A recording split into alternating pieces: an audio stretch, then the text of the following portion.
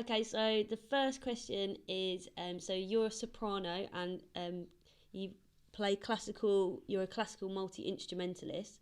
So tell me about how you became a musician. I've been doing music ever since I can remember, as far as playing instruments and stuff. The pop stuff came way later on, sort of after I met Faris. Was never anything that I expected. I'd never even imagined, or that I would be in a band. It just wasn't one of my kind of fantasies among there. So that was totally unexpected. But playing instruments and stuff I started doing is, from the time I can remember. My parents they wanted to keep me busy, and we were in this. I grew up in a very small, remote town, and both my parents were born in Europe. My dad was born in Italy, and my mom she's Irish. They wanted to give me like culture. They wanted me and my brothers. They wanted to provide us with some kind of culture and skills and stuff because we were just so cut off from everything. So they made sure we learned piano and kept as busy as possible, really. Amazing. So how many classical instruments can you play? A lot. I like if I started listing them. I mean, I went through a stage a while ago where I was collecting instruments and learning them, but the list is very, very long. I mean, I because I play keys, like any keyboard instrument, like organ, harpsichord, piano. That's like obviously those are all kind of easy, and then strings, anything that's a string instrument, I've learned. So anything in the string family, I've probably played. And then woodwind, I play a lot of woodwinds like oboe and stuff like that. But I'd say out of all the instruments I play, like some I play better than others. Some are, I've been playing my entire life, and I can definitely call myself, a proper pianist, for example, and a proper oboist. But some, I wouldn't say that I wouldn't compare myself on guitar, for example, with someone else who's been playing their whole life. It's just not the same. It's good because obviously you said your main instrument is anything keys based, and nowadays you can get a synthesizer and you can write different parts and record them through the computer for a whole orchestra, can't you? So yeah, you can. I don't like doing that. I like doing kind of, it's weird. I like writing everything by hand. Yeah. I don't really like using software. It comes out different. Like I can use the software and do it and write something like more quickly and stuff. But it's just not the same as doing something by hand for me. I enjoy it more. I like getting pen out and writing orchestra parts and hearing them in my head, rather than hearing them on a computer. I find it more rewarding. The music comes out different. I like doing what people would have done hundreds of years ago. Even it's kind of crazy to think what they would have done without any of this stuff hundreds of years ago, and the stuff they were able to write is better than what people are writing today. It's incredible when you think that somebody could sit and write out sheet music and know how it would sound. That's like true genius to me. Yeah, and when you think Beethoven was deaf and doing it, that's just crazy. I mean, he was writing out orchestra, choir parts, like huge things for, massive amounts of people, and he didn't even have hearing. So I think I like that. The more stuff we get, like crutches and computers and stuff, the less you're actually hearing. And you think when people can actually hear in your head and use your imagination better too, and kind of visualize things differently, you actually have more. I think you have more limitations the more ease that you have. I don't know. For me, it's just more fun to write with pen and paper. I don't know. I like it. Yeah, definitely. I think there's a lot of art in that, and the way it's you take it back to the way that it was supposed to be, I suppose, from the beginning. But, use your brain kind of as well. Use your brain. so is that how you wrote for the new album, Treasure House? Yeah, I always write scraps down like orchestra parts in, maybe like a little Moleskine book or something like that. Sometimes the computer does help because you can layer things. Like I can record an oboe part, and then I can record something else on top of that too. And sometimes that stuff it does help because I don't have all these musicians at my disposal or something. So I can record everything on my own and hear how it sounds on the laptop. Sometimes I would do something like that. It's different every time. Like every song is kind of different, and it depends where I am and what the song is like. It's sort of different approach every time. Yeah. Okay. So you said that you obviously come from a classical background to begin with, and this new collaboration, well, with Faris, it's since then you've started to learn about popular music and 1960s girl groups. I mean, I learned, like, my town was cut off, but there was, like, pop music, and I wasn't so cut off that I didn't listen to, David Bowie and the Beatles, and, like, I knew the Shangri-Las and the Ronettes and stuff like that. But Faris, with the girl groups, was on a whole other level. Like, he collects obscure, really rare 7-inch vinyls and stuff. So, things that I definitely hadn't heard before. And it was just fun. When we first met, we would listen to that stuff. And I guess when we started writing together, it was almost like a joke. I would write a song kind of making fun of the girl group. Like, it would be like a fake girl group, and I would make kind of my own version of a girl group thing. He was like on tour with the Horrors, and I would send a girl group song that I had recorded, and we would kind of communicate back and forth on the email with songs that we were doing. It was like a way of communicating, almost like a weird kind of pen friend thing. We would send these songs back and forth, and so I guess when it started, because he was so obsessive about his girl group collecting, that some of the first songs were like mimicking these girl group songs that he had. I mean, some of them were ridiculous. Like, there was one song he played that, a girl gets murdered halfway through the song, like by the other girls. And I know that one.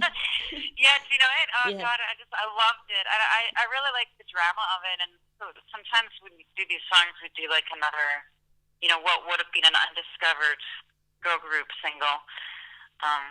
So that was how that kind of stuff, that was really how the songwriting started. Between us, it was just something fun we were doing. We weren't doing it seriously. It was kind of like a time-wasting thing, really. But that was fun to do. And eventually we had, like an album's worth of songs, and someone at a label heard the demos and, said we should record them properly. And it kind of happened like that, sort of by accident. Like, it was fun to record them properly, and then next thing, we had a manager, and then we had a record deal. It just sort of happened parallel to everything else we were doing in our lives at that time. Cool. Well, I was just thinking that obviously, because you knew that you were a soprano, and like Faris, I don't know if you listened to much of his stuff, but before he met you and started writing with you in this project since 2011, I think that it's really affected his vocals in the Horrors. Oh, yeah, for sure, without a doubt. And I mean, when we first met, that we were doing a lot of singing and stuff. When we first met, it was before Primary Colors.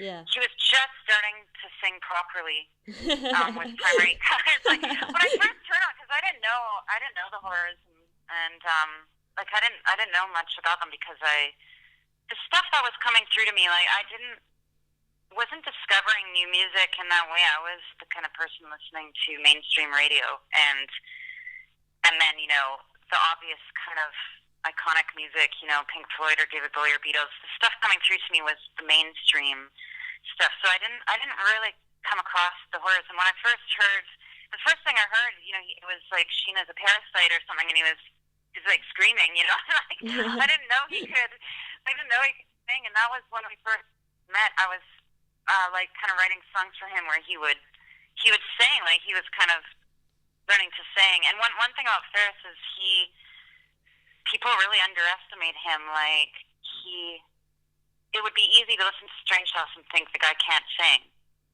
And not knowing, like, if you listen to him today and you listen to how he's singing now, it's pretty amazing that he basically taught himself to sing properly, like, really well. He underestimates everyone always. I would never bet money on him not being able to do something. It's kind of dangerous. Like, even things like soccer, no one thought he was going to get the goal, and, like, he got the goal. He's just, when he sets his mind to something, he can do it. And people often get the wrong idea about Faris, don't know what he's capable of. So, and I think singing was one of those things. So how did you guys initially meet? It was kind of random. It was one of those things just through someone we knew. It was actually one of my neighbors or something. All right. Yeah, it was just the usual thing. Someone knows someone. And we met and we just kind of hit it off right away. We were, really good friends almost immediately. Oh, cool. So I was thinking, like, when I was listening to the new album, about your writing process with Faris, and I was wondering if you ever write something or he ever writes something and goes, oh no, I'm nicking that for the horrors, like, we can't use that, or... Well,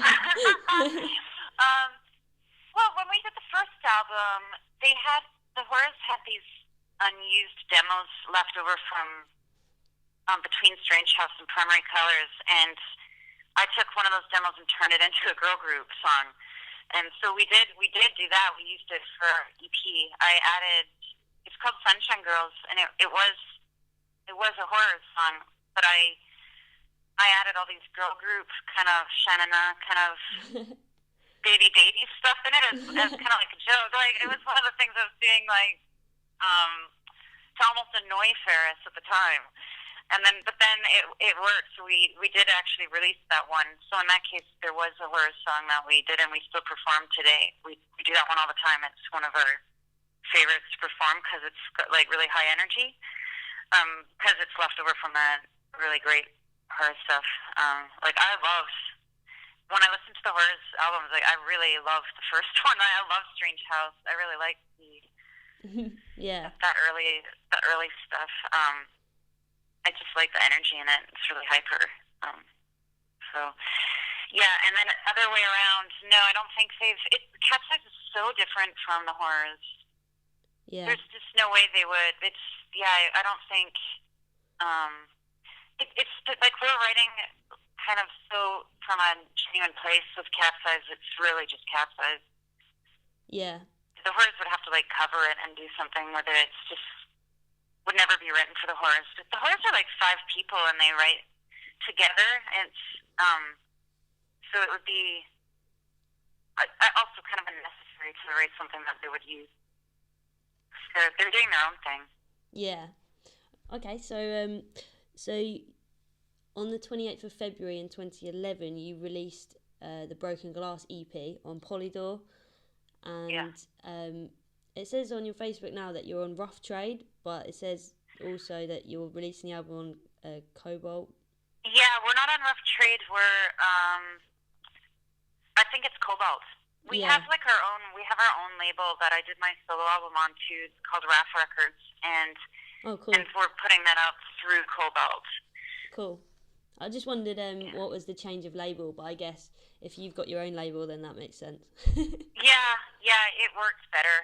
And then you can pick who you work with and do things your own way. You've just got more control. Cool. So I know that the first EP, you recorded it at Peter Gabriel's Real World Studios. Yeah, and we did this one at Real World as well. Oh, you did? Okay, great. So I just wanted to ask what that process is like. Well, for me personally, like, Real World is all about Steve Osborne, the producer. Like, I both of us really like working with Steve Osborne. He's the best, and he's like part of Capsize, really. He's done everything we've done, like film soundtrack, and both albums and the EP, and he's based in Real World. So that's why we keep choosing Real World. I mean, Real World is a beautiful, amazing place anyway. I mean, I don't know if you've been there, but it's just an incredible studio on this beautiful piece of land, and a really great place to get away and make an album. You're cut off from everything else, and it's just an ideal place to make a record, really. Excellent. Well, when I was listening to the album, then I was feeling like there was there was kind of on some tracks a bit of a divide where some are rooted in a classical sound, and then others are rooted in like a 60s pop sound, like for example Girl in the Room and Be Careful Where You Park Your Car, mostly like hand claps and things like that. It's a different arrangement. Yes. And I was just wondering if you're influenced by Phil Spector's Wall of Sound. I mean, definitely, especially Faris, with all the girl groups and stuff. Phil Spector is, huge for him. And I think when we're making the album, we're not listening for inspiration or references or ideas or stuff. We actually don't listen to anything at all the whole time. But my feeling is if you've listened to something your whole life and it's something you really love, it goes into your kind of almost like your database. Like it's there. You've got this source of sounds, and whether it's chords or melodies or a drum sound or something, becomes part of your resources, kind of. So whether or not you're listening on purpose or stuff, when you reach in to look for something, a sound that you like or something, it's going to be based on things that you loved and heard growing up. So for me, it would be, some of the classical, maybe some chord progressions that are just they're in there somewhere. Like if I love the Twin Peaks soundtrack, it meant it had an effect on me, and so when I write, that's gonna influence it, even if it's 15 years later from when I would have been obsessively listening to it or something. I just think that's stuff you can't avoid it having an effect and an impact on your stuff. And I think with Phil Spector, similarly, like Faris, listened nonstop to Phil Spector, loves what he did, and it's just at some point in your life going to have an effect on your taste. Even. Yeah, definitely. I think somebody said that you might be in the studio for 2 weeks actually making an album and like writing it just before that, but you're actually putting into it a whole lifetime worth of influences, and everything's leading up to that, into that point. Yeah, and especially things like taste. Your taste is your taste. It's based on things that you liked. And the things that you liked are specific. So, I think it seeps in. Even if, like, Faris and I aren't listening to any music at all and purposely trying not to,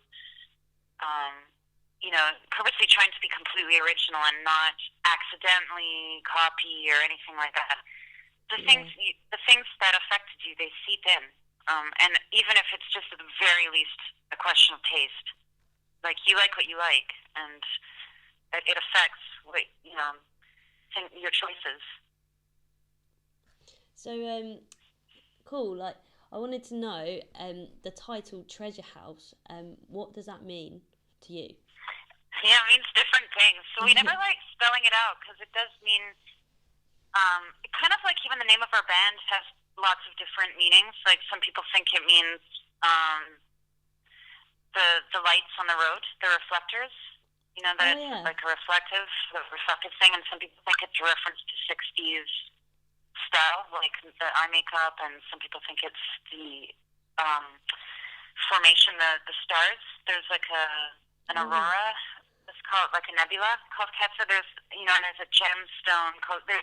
It means different things, and same with Treasure House.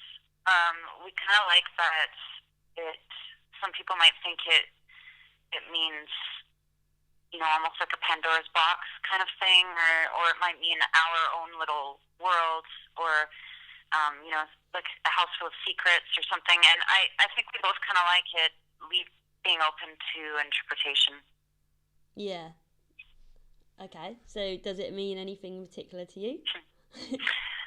Um, it means different things to me too, so I wouldn't really spell it out. It's kind of vague. It's kind of vague for me. I don't really want to define it. Okay. I mean, I guess it is like it's our own. It's our own world, but it does mean kind of something else that I wouldn't be able to like just put in a simple like definition. I think. Okay, so does the album as a whole carry a concept? When we're writing these things, like we never have like a plan or a concept in our head when we're doing it. It just kind of everything falls into place. Like we're writing it, and then suddenly there's a thread that's formed on its own. So I think, like if you're asking if we wrote it with a concept in mind, then we didn't. It was like some of the songs were written even before the first album. Like Be Careful Where You Park Your Car, that one we wrote like 6 years ago, and some of the songs were written over the course of 5 years, and Wow. like throughout other, while we were doing other things, and then they kind of form a life of their own. Like it's kind of its own journey or whatever. The album, it decides for itself. Like we're never consciously or strategically doing things or planning like what this album should mean or what it's Yeah. about or anything like that. It sort of does it on its own and falls into place. Okay, cool. I was listening to one of the songs, "Be Careful Where You Park Your Car," and it's like a woman singing, obviously yourself, but it's aimed at a man, sort of warning him of the consequences of like how a heartbroken woman from his past relationship could come back at him. Um, Yeah. but because it's sung by a woman, it seems a little bit like juxtaposed. So I was just wondering if you wrote it or if Faris wrote it. I wrote that one. Yeah. That was the one that we wrote like before the first album even. Yeah, that was and it I guess it's about me really. Oh, okay. Well, I just think it's really clever the way it comes across because obviously it's like Oh, quite, that's good. Yeah, the warning. yeah, it's quite unusual to hear a woman's voice saying that sort of thing because it's like that 60s style, but it's very like modern approach. Yeah, I guess so. Yeah, it was. I wrote that song like that was another one that was kind of like a joke. Like I was kind of like angry about something or whatever, and I sent it to. It was Faris who wanted to use it on the album. Like I didn't take that song very seriously when I wrote the demo. It was just kind of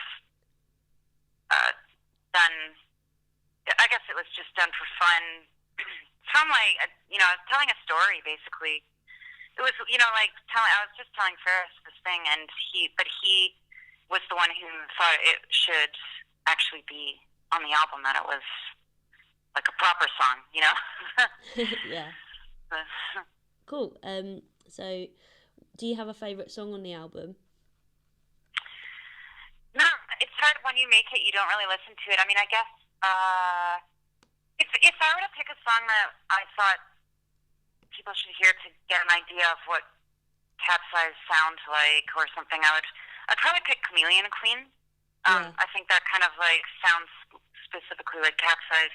I guess the one that maybe meant the most to me when I was writing was probably Everything Moves Towards the Sun, because it's kind of like my past, present, and future in a way, and I guess that one's probably the most personal. Cool. Okay. Yeah, I'd say Chameleon Queen. I don't know. Yeah. Cool. I was thinking like one of the standout tracks for me was Names on the Mountain, because I really like the way it starts with the organ and it develops into a huge wash of harmonies.